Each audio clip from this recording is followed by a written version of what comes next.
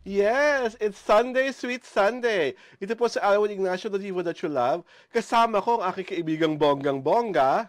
Glency Bongga! Ito Hello po ang po. The City Show, ang taray na talakayan showbiz edition. And of course, sa aming easy round, ang pag-uusapan natin, Glenn, ay ang Southeast Asian pop superstar group, ang SB19. Particular na ang dalawang miyembro na love ko talaga. Correct. Because I ship them. I am a Kentel shipper. Sina Ken Susod at si Stel Ahero. At ang tanong ng bayan, ito bang shipping na ito ay nakakatulong sa SB19 o mas marami ang naialibad-bad dahil nga sa pag-linking na ito? Pues, humanda kayo na mga naialibad-bad. Makakasikip kayo sa akin ng isa. But first of all, congratulations sa SB19 dahil matagumpay ang kanilang show sa Abra. Diba? Nag-perform sila doon during the fiesta. At nagkaroon sila ng bonggang private show with all the Ayala group of companies na naging matagumpay rin. At nasa audience lang naman si Jaime Augusto Sobeldi Ayala cheering the boys on together with the rest of the employees ng iba't ibang Ayala group of companies. At padami ng padami ang kanilang endorsement. Yes. O, diba? Kalalabas lang ng bago na ng endorsement para sa isang seafood, mami ba yun? Or parang noodles. Seafood noodles. At saka makikita mo na sila ngayon sa GCash. Yes. Doon sa mga basher ng SB19 na GCash, may GCash. Sorry na lang kayo. Magbukas yun ng GCash ako dyan. Sila una yung makikita. Correct. Wala kayong magagawa. At of course, Justin De Dios came out with his new single, Is that Surreal? Surreal na bonggang-bongga ang pagtanggap. At ang magkapatid na Nase, si Pablo at si Joshua ay may bago rin kantang lumalabas. Determinado ata yun at Alab. So going back to Ken and Stel Ahero, from my end, na-discover ko po ang SB19 nung panahon ng Game Boys. Kasi yung kanta nilang Hanggang sa Huli ay naging team song noon. At simula nung narinig ko yon, naging curious po ako kung sino ang SB19. Hindi ko po na sila kilala prior to Game Boys. Although naririnig ko na there's this P-pop group na trained by a Korean company na mahusay naman talaga. When I heard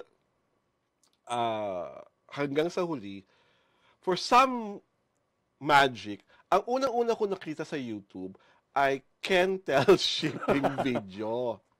Kung saan pinapakita ang kakaibang closeness ni Ken Suson at ni Stel Ahero.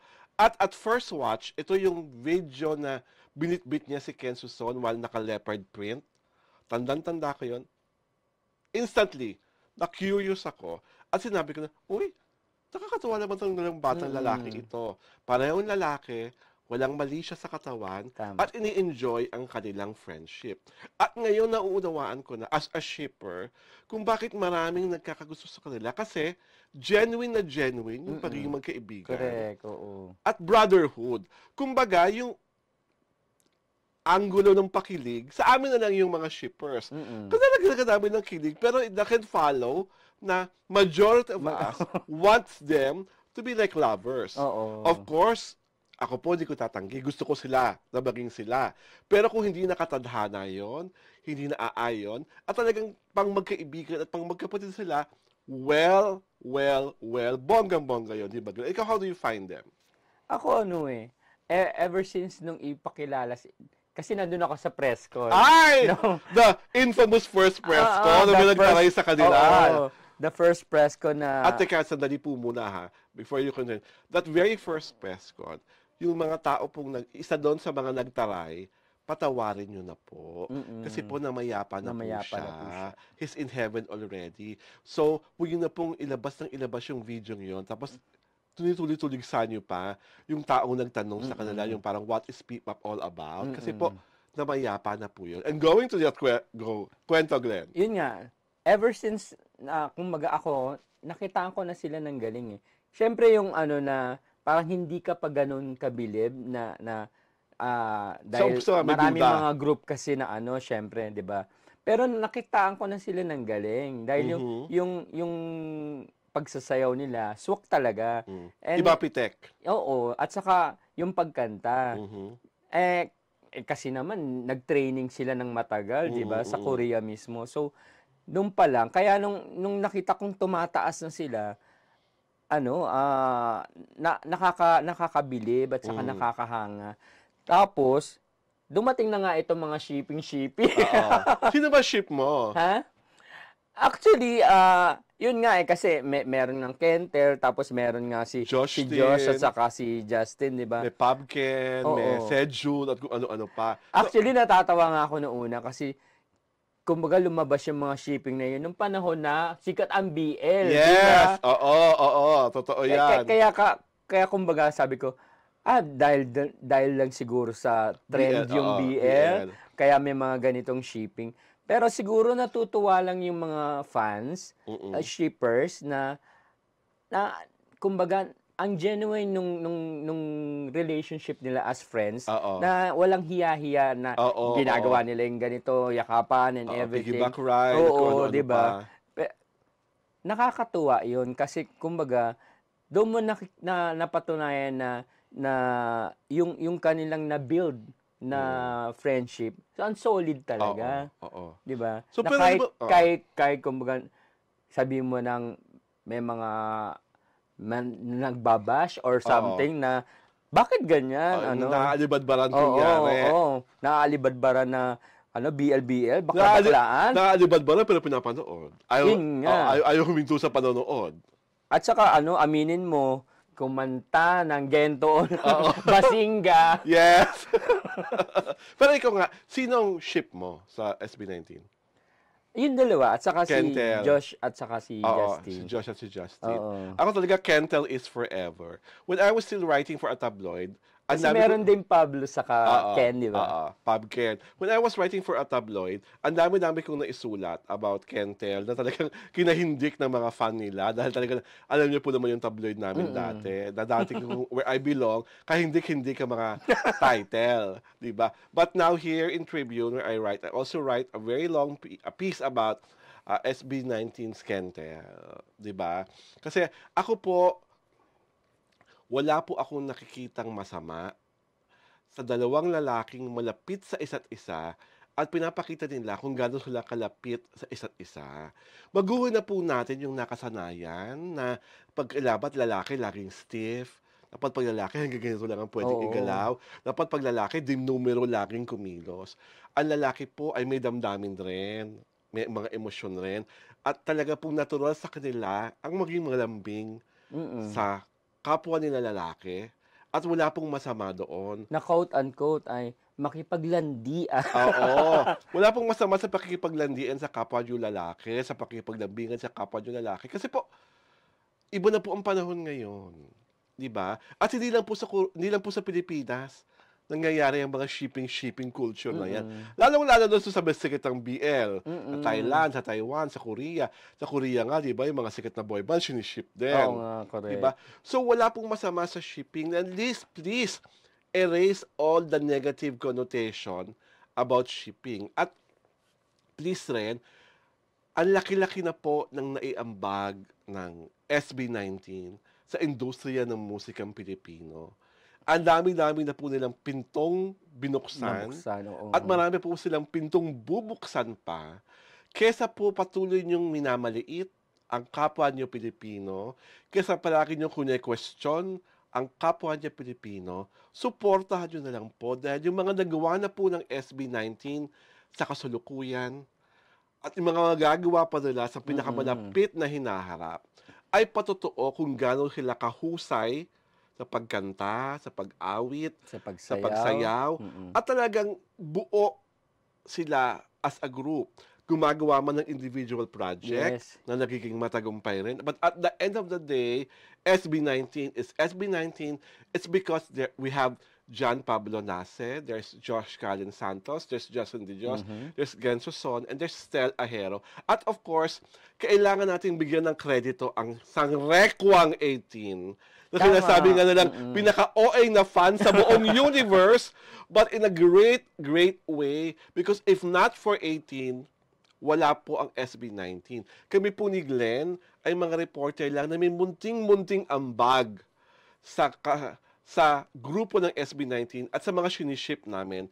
But both SB19 and 18 are there for each other. At hanggang yung dalawang yan ay magkasama, patuloy na magiging matagumpay ang SB19. Ito po si Alwin Ignacio, the diva that you love. Kasama ko aking kaibigang Bonggang-Bongga. Glenn si Bongga. Ito po ang The TT Show, ang Tarian at Talakayan Showbiz Edition. And this break is brought to you by Angkas, Beat the Traffic, Bayad Center, hashtag Bigger Better Younger Bayad, and you can buy it all. Globe, atin ang mundo. Meralco, ang liwanag ng bukas. SM, we've got it all for you. Smart, live more today. Union Bank, it starts with you.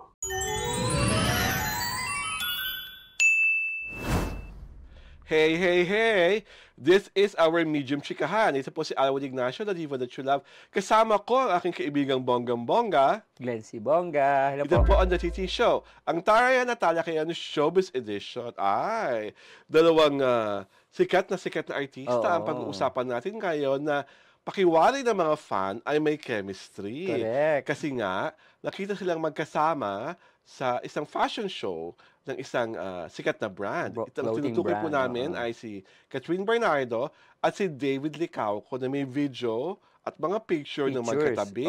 At marami ang nagsasabi na nang uurot na dapat raw magtambal na si David at si Catherine sa isang proyekto.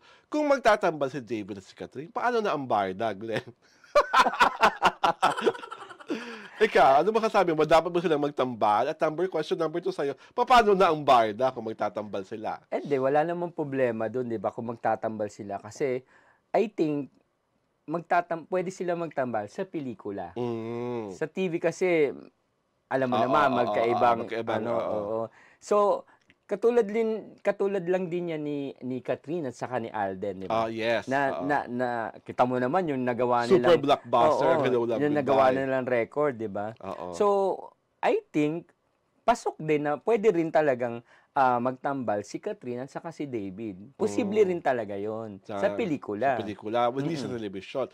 Ang isang nabasa ko sa X is that maraming mga taong hanggang ngayon hindi pa rin believe na mahusay na artista sa David, lalong-lalo na pagdating sa pag-arte. Ano masasabi mo sa opinion na to ng mga ibang tao, Glenn? Tungkol sa hanggang ngayon, gwapo lang si David, pero pagdating sa pag-arte, kulang na kulang at salat na salat pa.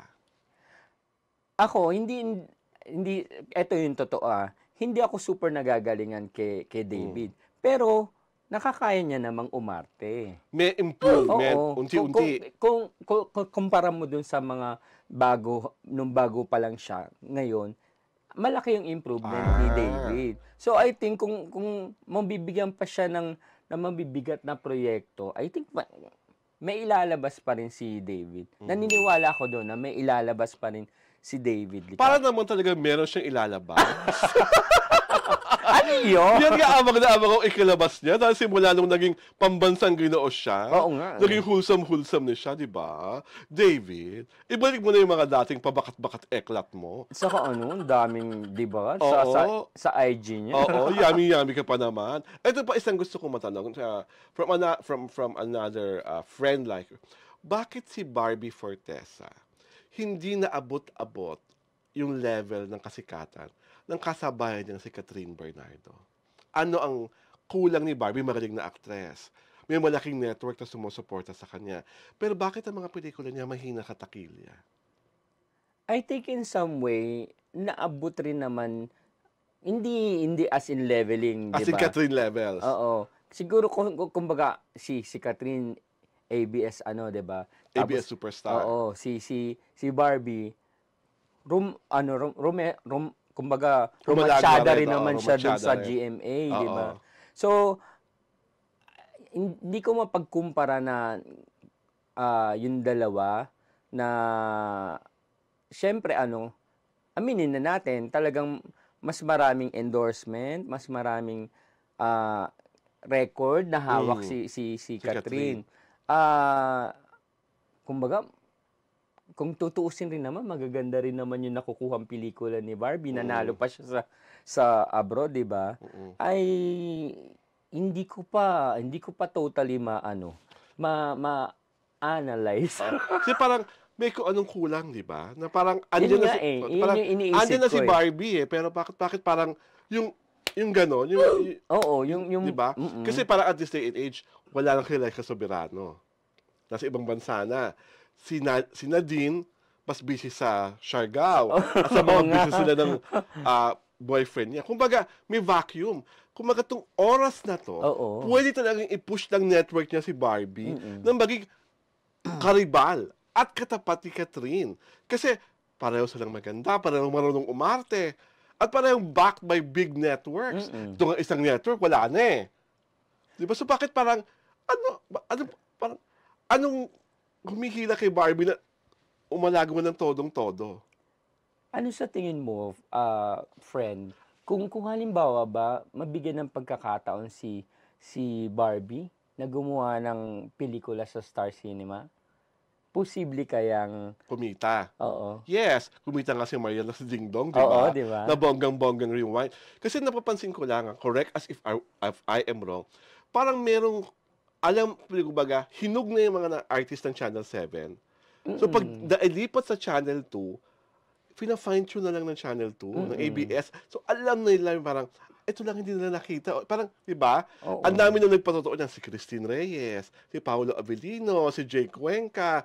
Yung lahat ng mga naglipatang mga taga-kabila, nung napunta sa kabila, ngayon nga wala nang major network ang ABS. Hindi sa minamaliit natin yung ibang film companies, di ba? Oo. Pero kumbaga, iba rin kasi yung nagagawa ng Star Cinema sa mga GMA. Oo. GMA artists. And I also believe na dapat ang GMA artists, ibalik ang GMA Films. Di ba, ang tagal na namamahinga ng GMA Films eh, di ba? I think unti-unti nilang binabalik, Balik? but with the help ng parang Parang GMA Public collab. Affairs. Oo, ganun. Kasi sayang eh. Sayang na meron kong meron kong homegrown artist na kasi walang pelikula, ang nakikinabang yung ibang kumpanya. Di ba katulad nung Firefly, di ba? Ano yun? GMA Public Affairs. Ang nakakaloka nga dyan, di ba? Ang primetime king at queen ng GMA, si Ding Dong Dantes at si Yun na Marian nga. Rivera. At Naging box office Box king, office and king queen, and queen. dahil sa Star Cinema. pero under Star Cinema. Under Star Cinema, under Agosto Dos, at under APT. At wala doon sa equation ang GMA. Hindi po ba nakakapagtaka yun, our dear subscribers? Na there is something odd. Ayoko sabihin there's something wrong. Oo. May bagay na katakataka. Kasi parang everyone is saying, I remember it well, na si Direk Gerald Tarog dati, si Direk Antoinette Hadaune, ang dream nila makatrabaho si Barbie Fortesa. Tapos, hanggang ngayon, si Barbie andyan, pero hindi mo pa rin sabihin talaga, wow, she's the GMA superstar. Na pwede mo talaga sabihin kay Catherine Bernardo. Diba? Kaya ito... Kasi si Catherine, nakuha na rin yung box office queen, Oo, di ba? At ito si Catherine, kung talaga magiging partner niya si David Licaco, hilang-hilang niya si David. Diba? Ibang estrella ang mabibigyan niya kay David. At ibang challenge yun for David. Dahil talagang, nakita mo naman, di ba? Pagkagaling-galing ni Catherine kay nung kasama niya si Alden. Hello, Love, Goodbye. At kahit nga si yung ex-jowa na insecure sa husay ni Alden, di ba? Dahil supposedly pala yung project na yun, dapat kay DJ. Kay Daniel tinanggihan talaga niya. Tapos naging box office hit, naging critical ang acclaim, at nakita niya, at lahat di ba, if I remember it right, lagi sinasabi ng mga tao, ang magaling sa mga pelikula ni Daniel at ni Catherine ay si Daniel. Di ba? Pero nung si Alden lang nakapareha, biglang lumabas na, wow, ang galing-galing naman pala talaga nitong Catherine na to. Ibig rin sabihin, isang patotoo na, kasi pag pareho-pareho lagi ang katambal mo, wala ka ng growth. Kasi, lakado na eh. Naka-template na kayo. Isang tinginan nyo lang ganon. Alam nyo na gagawin. Kay Alden, is a totally new leading man na hindi niya pa nila alam ni Cathy Garcia kung ano ang gagawin. Nung nakita nilang, wow. For me, Hello, Love, Goodbye is Catherine's best movie as of today. Kasi sa A Very Good Girl, mas magaling siya sa Hello, Love, Goodbye. Mas totoong tao. Yung A Very Good Girl, kasi alam mo, umaarte siya eh. Diba? Talagang pinili siya maging maldita, sofistikada, pero alam na alam mong umaarte siya. Parang hindi organic, hindi totoo, di ba? Alam mong, she was just really yung quote-unquote, acting na acting talaga. Kasabay mo It naman. calls for the role din siguro. Role kasi. Saka siguro yun ang direction. Oo nga. Although ang pangat talaga sa A Very Good Girl, yung kwento. Yun ang hindi very good. Totoo yan, kapatid, di ba? Tumawa ka lang, pero totoo talaga yun. But going back to Catherine and David, we look forward to it. Di ba? Sana magkatuluyan at mangyari. At isa pang nakakatawang development doon sa fashion show na yun, ay, si Francine Diaz at si Andres Mulak, siniship. Shipping na. I love that! Di ba? Andres Mulak is showbiz royalty. Di ba? Tatay si Aga, nanganay si Charlene. Tapos Francine Diaz is really one of the better ABS-CBN studio princess. Paano na si Seth Fidel Sorry, Seth! Hindi. Meron pa rin naman silang moments ni Yes, Seth. may movie silang ginagawa yata. At saka marami silang ginagawang iba pa. At wala namang masama kung magtambal si Andres at si Francine in the nearest future. A new love team is a new love team, right? Para rin yung Catherine Bernardo at David Licauco. Uso na yun ngayon. Yung, kumbaga meron kang collab team talaga. Pero pwede ka itambal sa iba. Versatility po ang tawag doon. At dahil dyan, ito si Alwin Ignacio, the diva that you love. Kasama ko aking kaibigang bonggang-bongga, Glenn C. Bongga. Ito po ang The TT Show, ang Taray na Talakayan Showbiz Edition.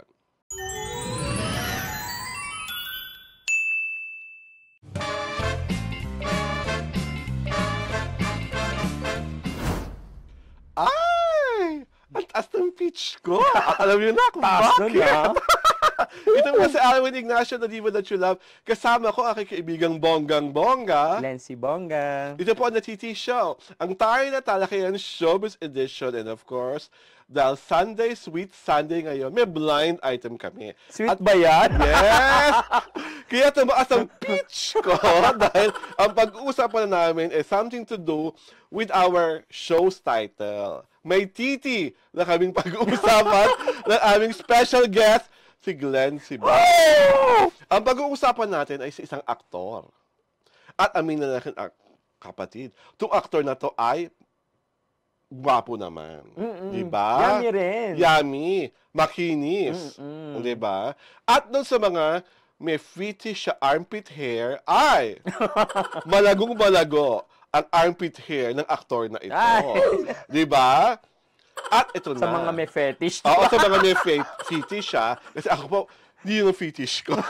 Ikaw ba, friend? Hindi yung shadow. Hindi rin yun, di ba? Pero may makilala kami mga bakla na gano'n ng fetish. Itong si aktor na to, nagpaka-professional. Meron siyang sinushoot na daring movie na love triangle ang eksenahan. So, sa isang chikahan, kunyari po, isa sa chika. Ako kasi ka-chika niya.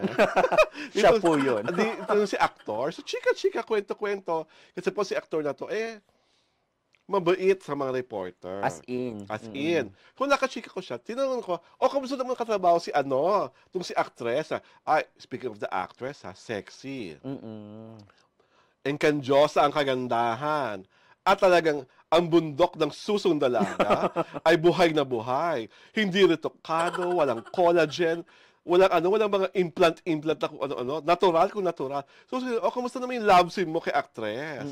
Ano naman si actor? Professional.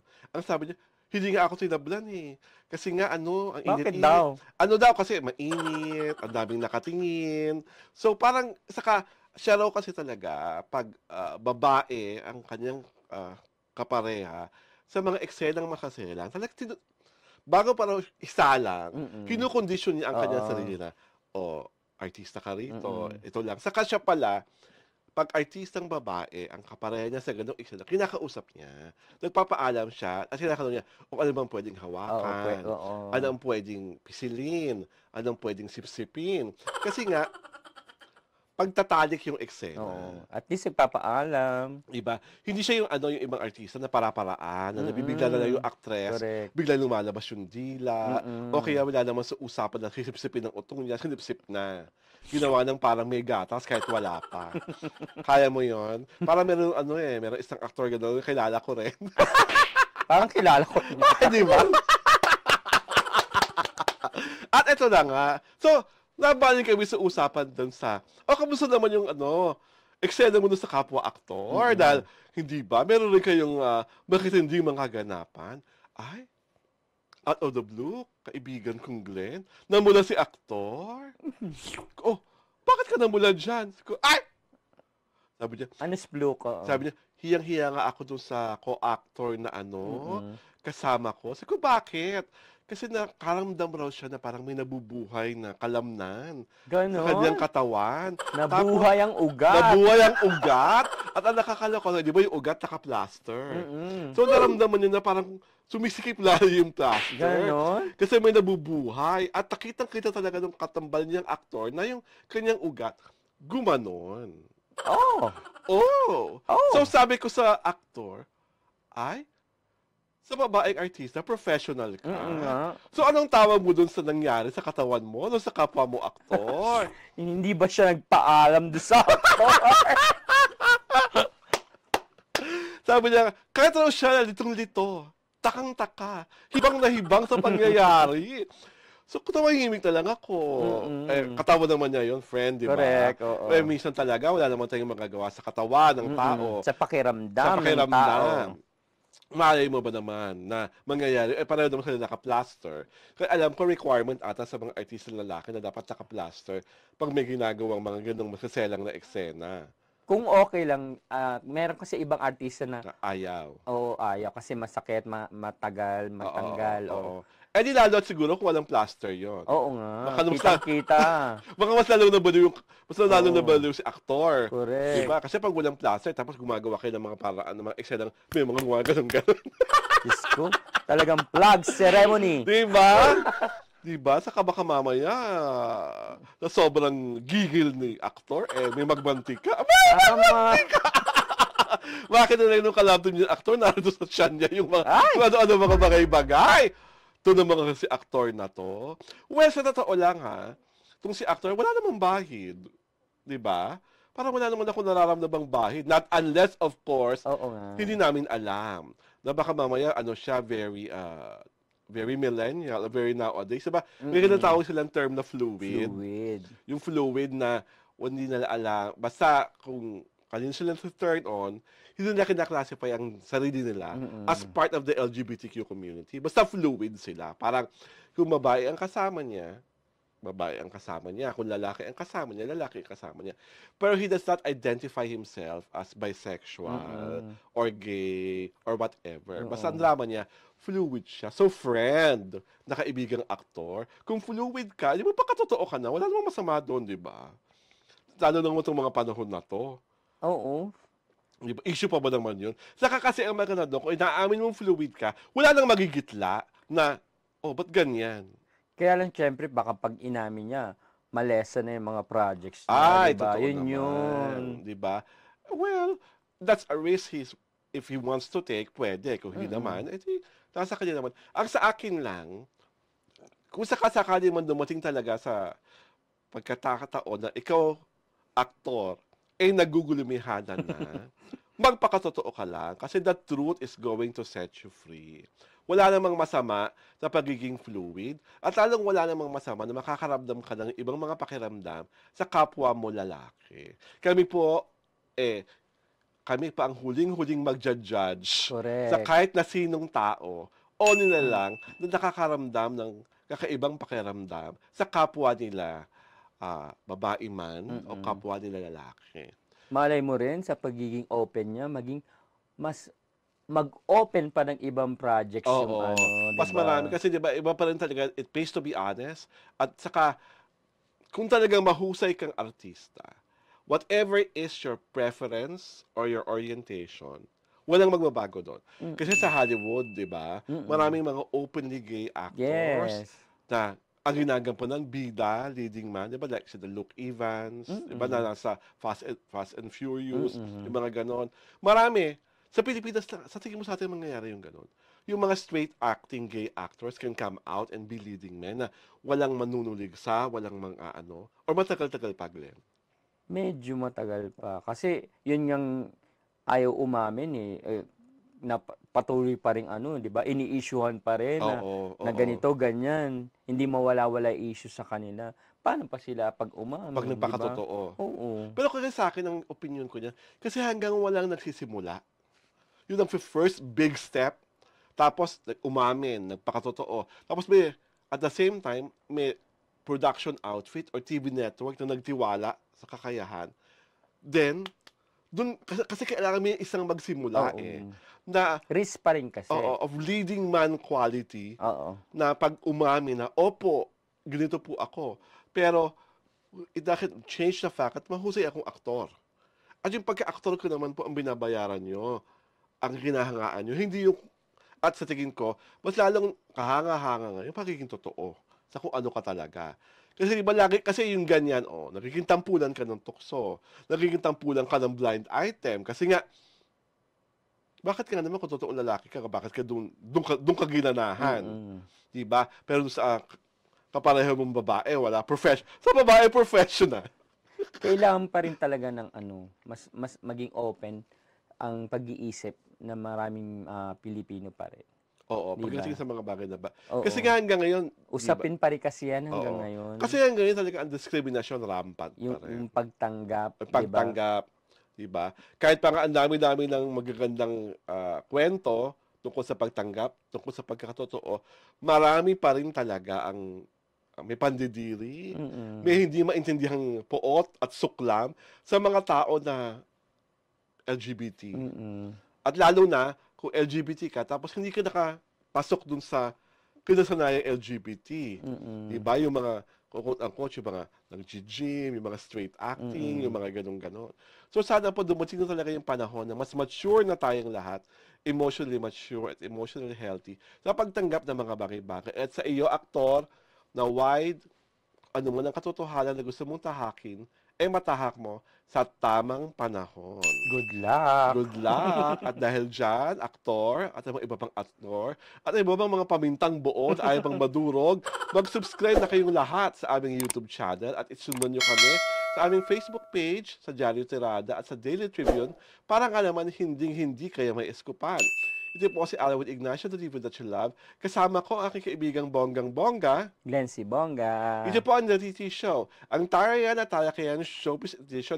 At patuloy niyo pong ipagdasal ang paglakas at pagpapagaling ng aming kumaring ultramalita, si Alex Brosas, na Get ngayon well. po ay naka-medical leave. Malagayang linggo po sa ating lahat.